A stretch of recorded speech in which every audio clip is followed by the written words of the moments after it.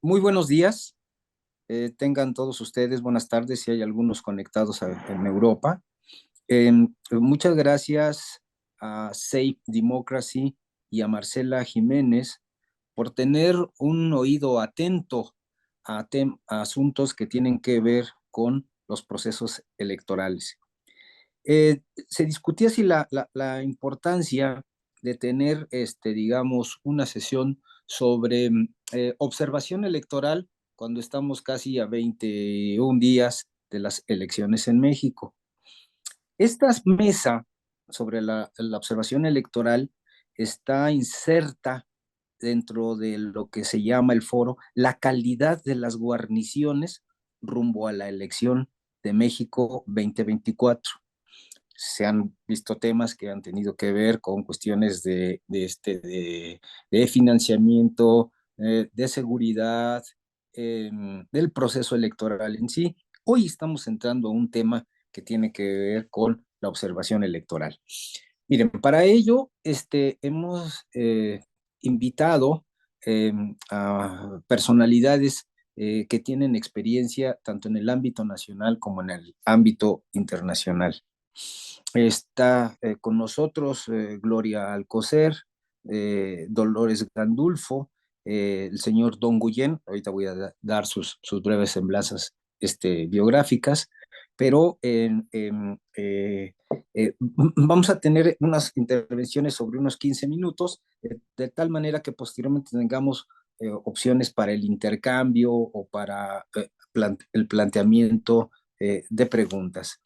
Antes de darle la palabra a los ponentes, de acuerdo a la metodología que me sugirió Marcela Jiménez, voy a hacer una breve presentación un poco del tema de la observación electoral en México y en general.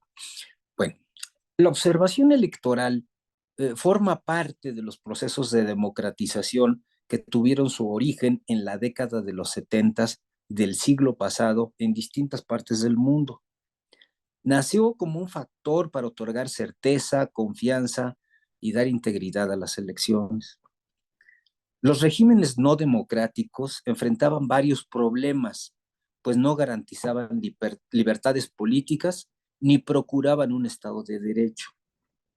Estos regímenes tenían como característica común la falta de garantías para organizar elecciones de manera imparcial y que garantizaran una representación política derivada del respeto a la voluntad ciudadana expresada a través del voto.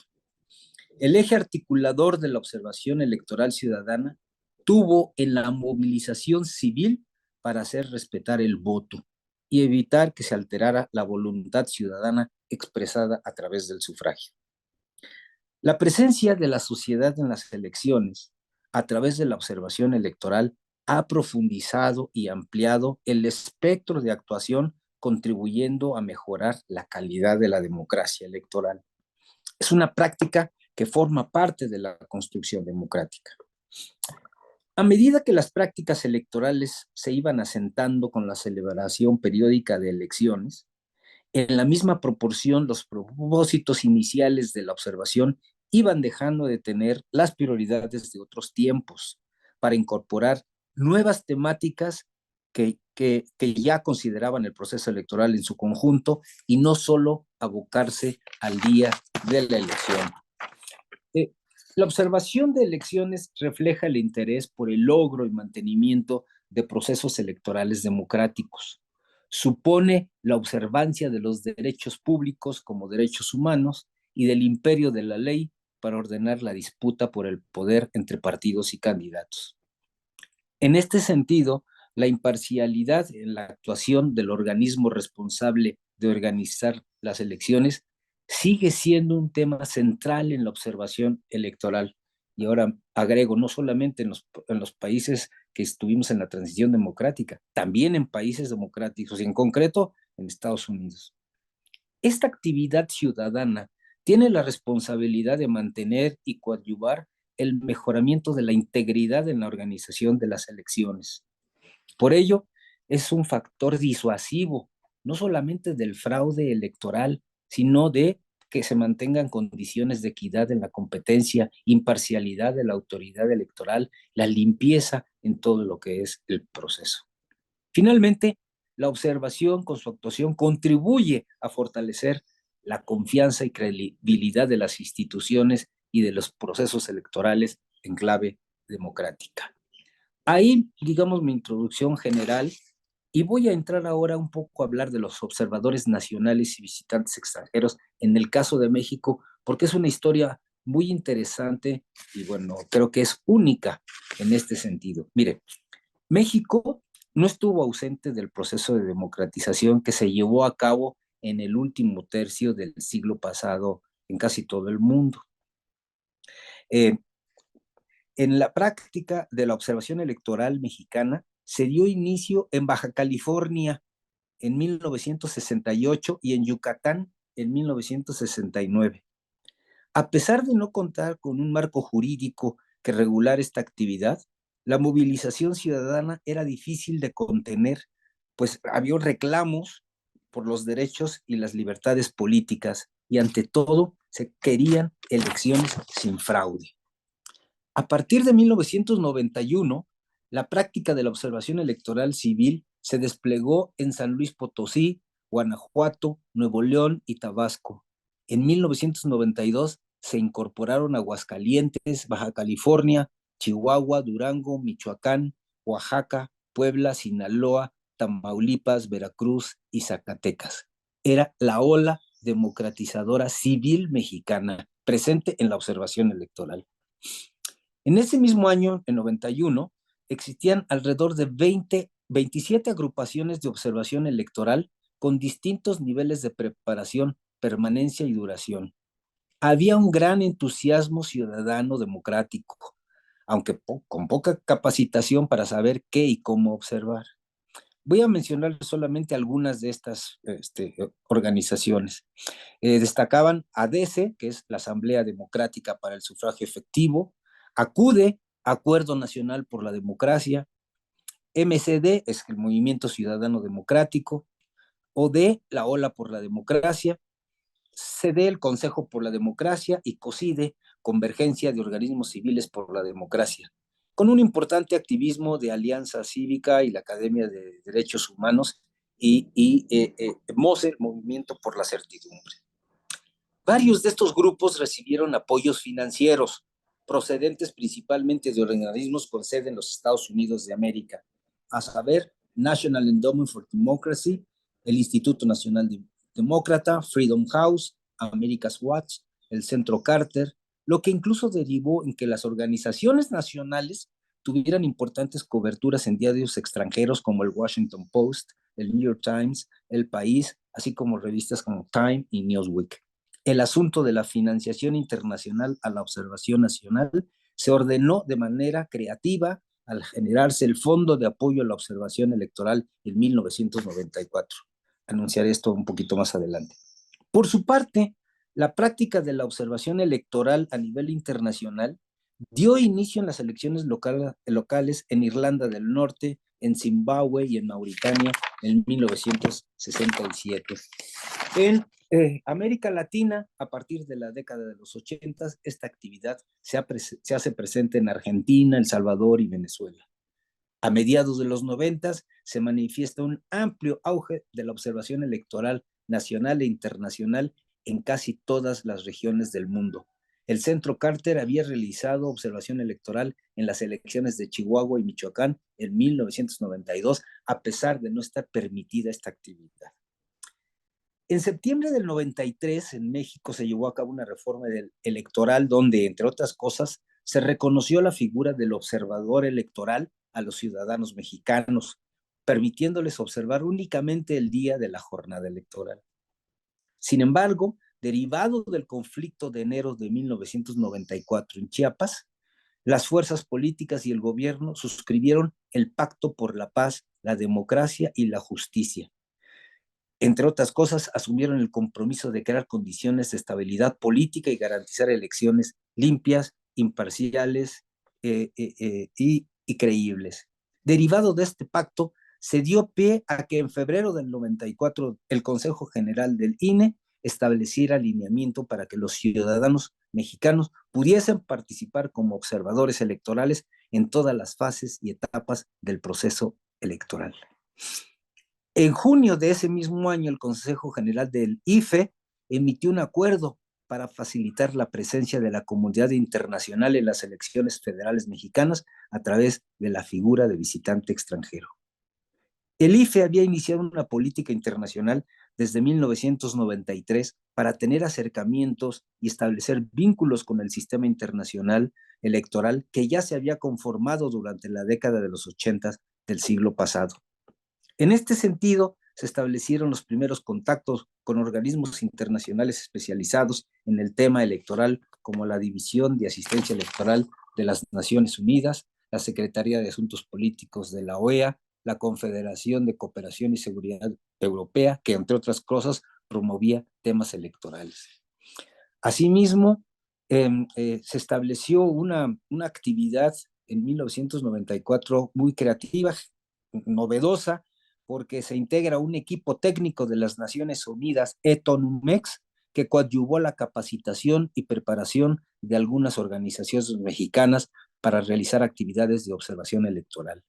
Asimismo, a través de la ONU, para 1996, se invitó un grupo de expertos internacionales para que se observara el desarrollo de las elecciones y se preparara un informe técnico sobre la organización electoral mexicana.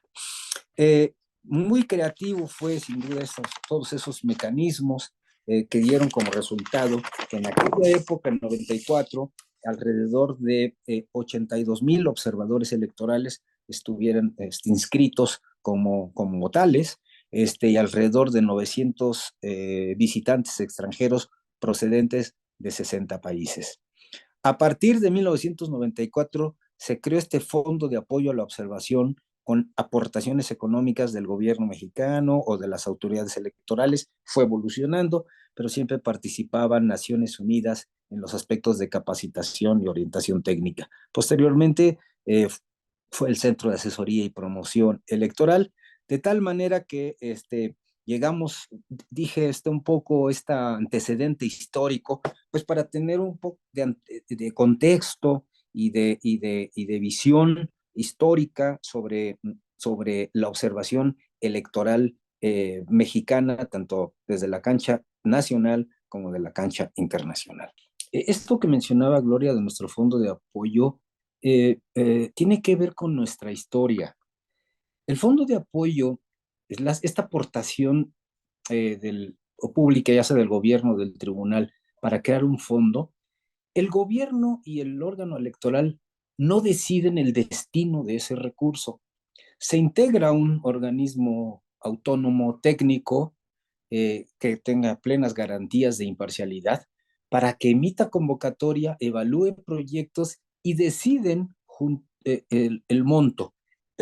El apoyo que se ha contado para esto es con Naciones Unidas, que se contó con mucho durante mucho tiempo, o bien con el Centro de Asesoría y Promoción Electoral, ¿no? Entonces es una combinación porque aprovecho esta parte de introducción histórica o antecedente histórico para que puedan ustedes ubicar por qué hay dinero público en la observación mexicana, porque pues, esa fórmula fue creada, ideada mediante discusiones de funcionarios íntegros de gran calidad profesional que está presente ahorita en nuestra conferencia, como es el licenciado Arturo Núñez Jiménez, quien en aquella época de 93-94 fue director del Instituto Federal Electoral. Había visión, había y antecedente histórico para crear una política pública, para encontrar salidas al tema de la observación electoral nacional, porque se financiaban básicamente de Estados Unidos. Entonces, en Estados Unidos pues, decían, no sabíamos ni el monto ni el destino. Entonces, cuando viene el fondo se regula la observación electoral, había que declarar origen, monto y destino. Y sin duda la otra persona que coadyuvó también con su creatividad y buenas ideas y que está presente en nuestro y es nuestro panelista es el señor Don Guillén, que es también todo un clásico de la observación nacional e internacional dentro y fuera de México. Quiero mencionarles a ustedes que nosotros tenemos un índice de abstencionismo en México que ronda sobre el 40% aproximadamente. A diferencia de los panameños que el domingo votaron el 78% y no es obligatorio, hay una suerte de lo que acaba de decir el señor Long, de asunción de la responsabilidad de lo público. O sea, lo público sí es importante para mí y por eso voy y atiendo. Y hay otra lectura de lo público en algunos sectores y de jóvenes aquí en México, decir, lo público, pues ahí se ven ustedes. Mientras a mí no me toquen y no me vea perjudicado, yo sigo en lo mío. Pero el espacio público se está viendo perjudicado. Esto es una primera pregunta sobre otra explicación, otra posible causalidad de la ausencia de participación y de observadores electorales, no solamente nacionales, también internacionales. Estamos teniendo poca presencia y efectivamente estamos teniendo poca luz ciudadana para alumbrar al que viola la ley y utiliza el propio recurso público. Esa es la primera, digo, eje temático. El segundo es el tema que tiene que ver con compra de votos, ¿no? Este ha sido un tema como clásico, igualmente de la observación y que es prácticamente imposible de atender directamente a la observación. Pero la presencia de observadores, ¿cómo podría en todo caso inhibir? Ahí sí la pregunta para ustedes. Y la última tiene que ver con utilidad de las elecciones. Si sirve, o sirven como alguien escribió, solamente se presentan bonitos informes, se entregan y se archivan y se acabó. Eh, Hay de todo, ¿eh? Pero Dolores señalaba la utilidad de la observación internacional en Brasil. A nosotros, cuando estábamos trabajando en el INE, me tocó formar esa delegación de observación electoral más discreta que la de la OEA, y estuvimos presentes 2 años antes. E hicimos 4 reportes, y el más desafiante de todos fue el de la evaluación del equipo tecnológico. La línea de parte de los militares brasileños diciendo que había posibilidades de que se hiciera fraude en las máquinas receptoras del voto. Nosotros argumentamos que en los últimos 25 años no había habido eso, de dónde sacaron y dónde estaba el asunto. Se juntaron técnicos argentinos, de la República Dominicana, costarricense y un mexicano, técnicos, se envió un reporte en donde se daba al traste con esa tesis del ejército brasileño. El acuerdo fue que no lo hiciéramos público, pero que retiraban cualquier acusación de fraude al respecto. Y no hubo más. Posteriormente ya lo hicimos público, claro que sí, pero ya había pasado lo peor. Es decir, ya no había más ataques a la urna electrónica en Brasil. Creo que sí hay un plus que tiene la observación electoral internacional, y creo que tendría mucho que ver en las elecciones por venir en el continente. Pues creo que estamos cerrando con muy buenos mensajes. Yo agradezco la presencia de muchos jóvenes universitarios, tanto de la República Dominicana, de Jamaica, Ucrania, Yucatán, Puebla, Chiapas, de la Ciudad de México, la presencia de ilustres observadores electorales como Movimiento por la Certidumbre, que siempre estuvo presente preparando informes, haciendo un activismo ciudadano como debe ser. Gracias también a universitarios como Horacio Vives del Instituto Tecnológico Autónoma de México. Y terminamos, déjenme terminar con un parrafito que encontré. Este es mío, el primero. Yo creo que hay una pandemia peor que la del COVID-19, la indiferencia. Es decir, mientras a mí no me toque, el mundo que se caiga, pero te va a tocar. El filósofo austriaco Karl Popper apuntaba en este sentido. La democracia no puede ser mejor que los demócratas. Son los demócratas quienes deben trabajar por su mejora. Es absurdo quejarse de la democracia. La respuesta a este tipo de quejas es preguntar, ¿y tú qué has hecho para mejorarla? Pues con esto damos por terminado nuestro panel.